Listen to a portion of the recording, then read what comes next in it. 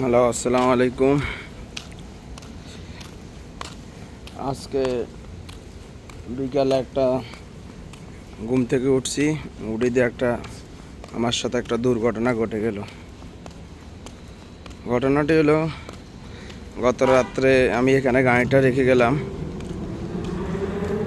মানে যে কেউ একজন হয়তো পার্কিং বা ভুল করে, এ হচ্ছে আমার গাড়ি। এইখানে একটা ড্যামেজ, বিশাল বড় একটা ড্যামেজ হয়ে গেছে। যে কেউ এখানে ব্যাগ বা যে কোনো কিছু হয়তো জোরে আঘাত করছে বা গাড়ি ব্যাগ দিছে, এ কারণে বিশাল বড় একটা ড্যামেজ, বিশাল একটা ক্ষতি গেছে।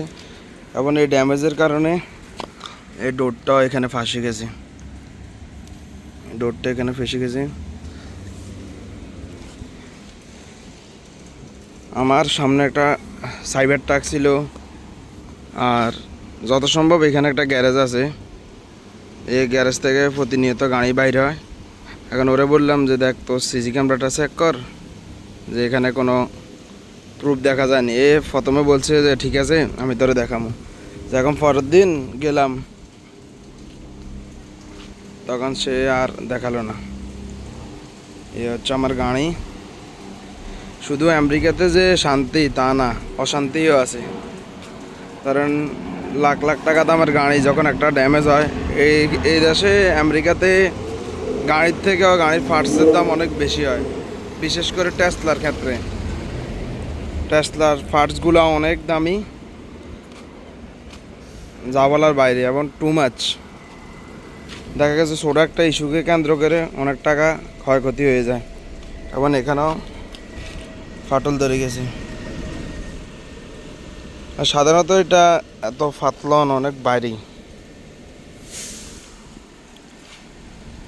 এই হচ্ছে গাড়ির অবস্থা, কন্ডিশন। আমার বাসা হচ্ছে এখানে, এই হচ্ছে আমার বাসা।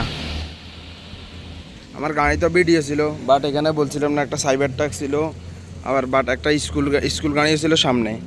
এই কারণে ক্যামেরা হচ্ছে এই একটা ক্যামেরা, আর সামনে আর একটা আছে, এইখানেও একটা ক্যামেরা আছে।